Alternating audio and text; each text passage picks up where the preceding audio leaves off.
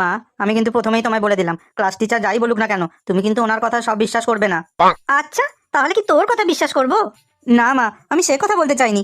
আসলে class teacher ঠিক আমাকে পছন্দ করেন না। তোকেই কেন অপছন্দ করবে? নিশ্চয়ই তুই কিছু করেছিস। না না, আমি কিছু করিনি।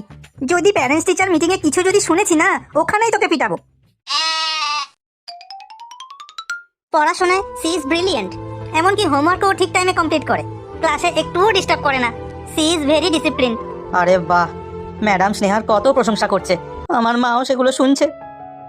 Even in her report card, she সবেতেই সে এ প্লাস পেয়েছে। এ ডবল প্লাসটা বাকি থেকে গেছে, পরের বার রেজাল্টে সেটাও যেন হয়ে যায়। আপনি এখানে একটা সাইন করে দিন, দিলে আপনি আসতে পারেন। চলো স্নেহা, আমরা বাইরে যাই। হে ভগবান, স্নেহা আর তার মা যেন আগে চলে যায়, তারপরে ম্যাডাম আমার নামে যা খুশি বলুক। না হলে ওদের সামনে আমার মান সম্মান পুরো ধুলোয় মিশে যাবে। আকাশ আর তার প্যারেন্টস আসুন। Akash, from where should I start?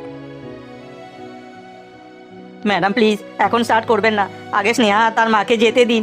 Very talkative, very নটি, সব সময় দুষ্টুমি বুদ্ধি মাথায় ঘুরছে। হে ভগবান, স্নেহা আর তার মা কেন বেরিয়ে যাচ্ছে না? মনে হয় আমার নামে সব কমপ্লেন শোনার পরেই তারা যাবে। নিজে তো ডিস্টার্ব থাকেই, অন্য স্টুডেন্টদেরও খুব ডিস্টার্ব করে। রিসেন্টলি ওর বন্ধুর বার্থডে ছিল, স্কুলের সব স্টুডেন্টকে চকলেট দেওয়ার নাম করে 5টা পিরিয়ড কাটিয়ে তারপরে ক্লাসে এসেছে। চলো স্নেহা। একে বোঝাবো আমি?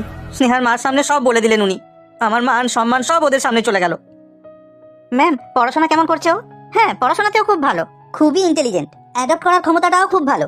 ইনফ্যাক্ট আমি তো ওকে বলি যে আর একটু মন দিয়ে পড়লে ও ক্লাসে ফার্স্ট সেকেন্ড হয়ে যেতে পারে। এছাড়া হঠাৎ করে যদি ক্লাসে কোনো কাজও এসে যায়, ও উইলিংলি সেই কাজটা কমপ্লিট করার চেষ্টা করে। এক কথায়, হি ইজ ভেরি এনার্জেটিক বয়। এখন এত প্রশংসা করে আমার কি লাভ? স্নেহা তার মায়ের সামনে তো আমার সমান ধুলোয় মিশে গেছে, এখন এই প্রশংসা আমার কাছে মূল্যহীন।